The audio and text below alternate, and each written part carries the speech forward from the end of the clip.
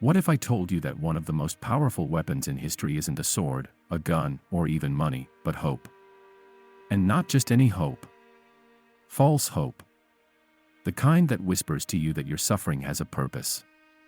That tomorrow, everything will change. That someone, somewhere, has a plan for you. Sound familiar? It should. From emperors to CEOs, prophets to politicians, the manipulation of hope has been used not just to inspire, but to dominate. Before we go deeper, do me a favor. Hit that subscribe button. Because what you're about to hear will change how you see history, leadership, control, and yourself. This is not just Machiavelli 101. We're pulling from Nietzsche, Foucault, Baudrillard, game theory, psychological warfare, ancient myth, and even cult psychology. Let's unravel how false hope, when crafted with precision, becomes the ultimate leash around the human mind. In The Prince, Machiavelli makes it brutally clear, if a ruler cannot be loved, he must be feared, but above all, he must appear virtuous. Appearances, not actions, are what hold the illusion of legitimacy together. And that's exactly where false hope begins. A ruler, Machiavelli argues, must learn to lie persuasively, wear a mask that hides his real intentions, and make promises he never plans to keep. Why? Because belief in a better future, even a fabricated one, keeps the masses passive in the present. Hope functions as a pacifier to quiet dissent, as fuel to keep people moving, and as a leash to keep them in place. It soothes and subdues. And what makes Machiavelli truly dangerous is that he doesn't call this immoral. He calls it necessary. The truth, he suggests, is a luxury of the powerful. Everyone else just needs a story that holds them still. The people don't need truth, they need stability, or at least the illusion of it. They need something to believe in, something to hold onto when reality becomes unbearable. And more often than not, that something is a dream that's never meant to come true, but is just believable enough to delay rebellion. That's the cruel genius of it. False hope doesn't fix injustice, it tranquilizes it. It convinces the poor, the oppressed, the forgotten, that their patience will be rewarded, that the system is bending toward justice, that the light is just around the corner. But the corner keeps moving. The light keeps receding. And yet, people keep walking, because the dream, no matter how distant, feels safer than the void of despair. Let's rewind to ancient Egypt. Pharaoh Akhenaten disrupted centuries of polytheistic tradition by abolishing the entire pantheon and elevating one solitary god, the sun deity Aten. His reign was chaotic, deeply unpopular, and ultimately unsustainable. But here's the critical twist: Akhenaten didn't just change gods, he sold a transcendent vision. He preached eternal light, divine order, and cosmic harmony. He told his people they were chosen, that their toil under the unrelenting sun was sacred, that their suffering had purpose and would lead to a higher realm of existence. Of course, none of it materialized. After his death, his memory was erased, his reforms rolled back. But for a time, his illusion of divine hope was strong enough to hold off revolt.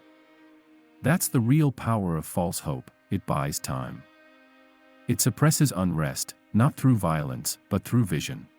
Even after Akhenaten's radical failure, the architecture of Egyptian rule remained deeply rooted in myth. Pharaohs were living gods. The people were told that if they served the state, obeyed the divine order, and suffered patiently, they would be rewarded in the afterlife. Eternal paradise awaited the loyal. You see the pattern.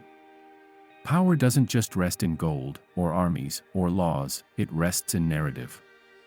In the stories rulers tell, and in how long people are willing to believe them. As long as the story holds, so does the throne. Friedrich Nietzsche saw this for what it was. In The Antichrist, he tears into Christianity not because it was spiritual, but because it was political. To him, Christianity wasn't a path to transcendence, it was a tool of suppression. A morality built to benefit the strong by paralyzing the weak. He called it a morality of decay, a belief system that told the oppressed to suffer now for rewards they'd never live to see. Don't rise up. Don't resist. Endure. Hope. Wait. And while you wait, the powerful consolidate more power. To Nietzsche, hope wasn't a virtue. It was anesthesia. It dulled the instinct to revolt. It made injustice tolerable. And in tolerating it, people became complicit in their own chains. That's the darker truth. Hope, in the wrong hands, becomes obedience. Hope isn't just an emotion. It's a system. A structure. And Jean Baudrillard takes this idea further by arguing that we no longer live in reality, we live in simulations. Politicians, advertisers, and media don't sell us actual futures, they sell hyper-real ones. Perfectly edited, emotionally resonant illusions that feel more real than anything we've ever experienced. These aren't just lies. They're polished dreams, broadcast on repeat, designed to make you feel like you're part of something larger, something moving forward. And in this world, hope becomes a commodity. A branding strategy. A controlled narrative asset. Look at political campaigns. Look at the slogans, hope. Yes, we can. A new dawn.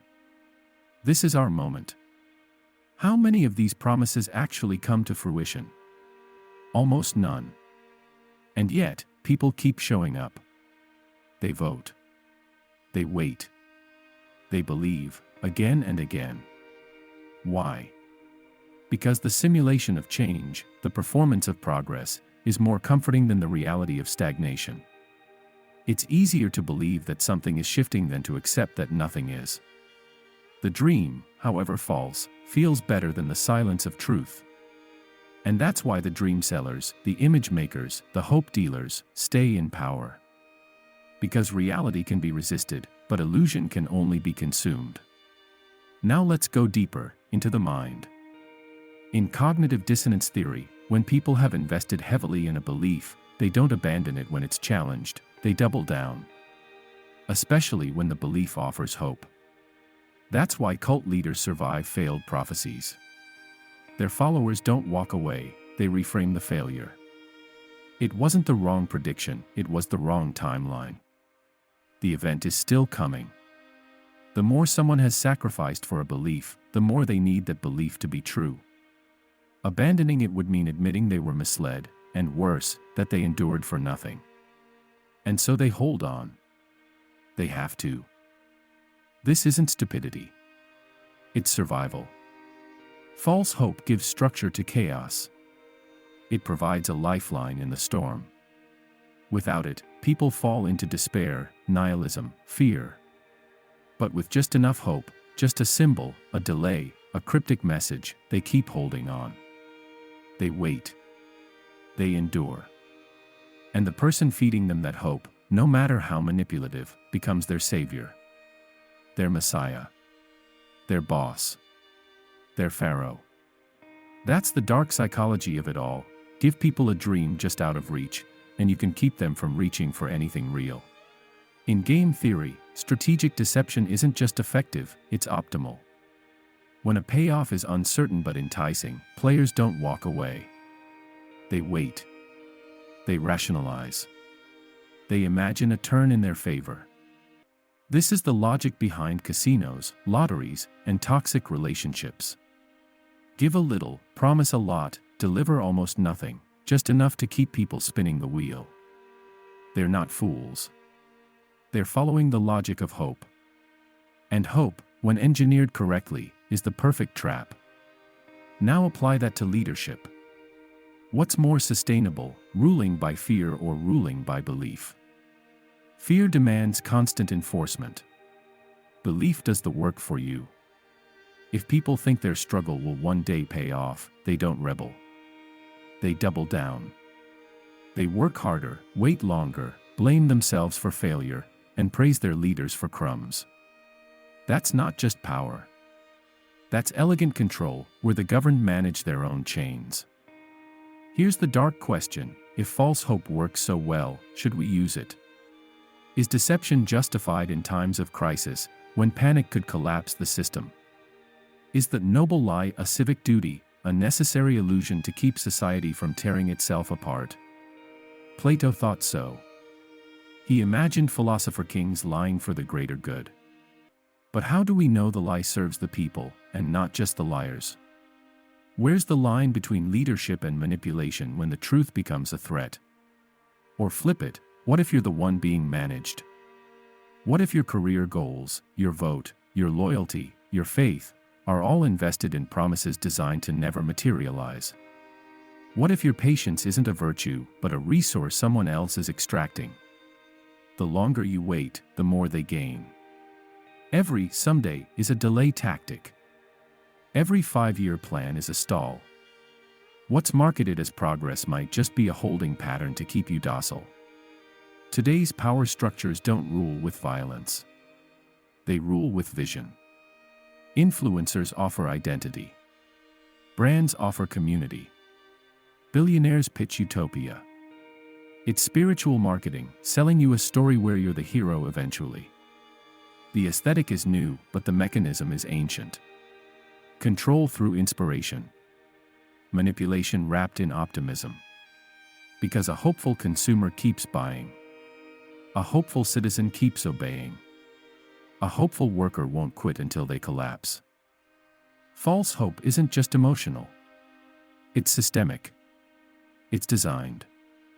It's embedded in policy, in education, in corporate culture, in religion, in media. It's the software of modern life. The illusion of progress is the product. And the moment you stop believing in it, you're no longer a customer. You're a threat. Here's the final irony: those who reject false hope, who question the system, are often dismissed as negative, bitter, difficult. But they're not broken. They're awake.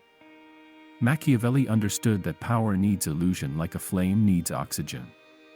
But once the illusion breaks, all that's left is force. And force is expensive. It's fragile. It never lasts. So stay curious. Stay skeptical. Don't just ask what you're being promised, ask who benefits from your belief. Because the world doesn't run on truth.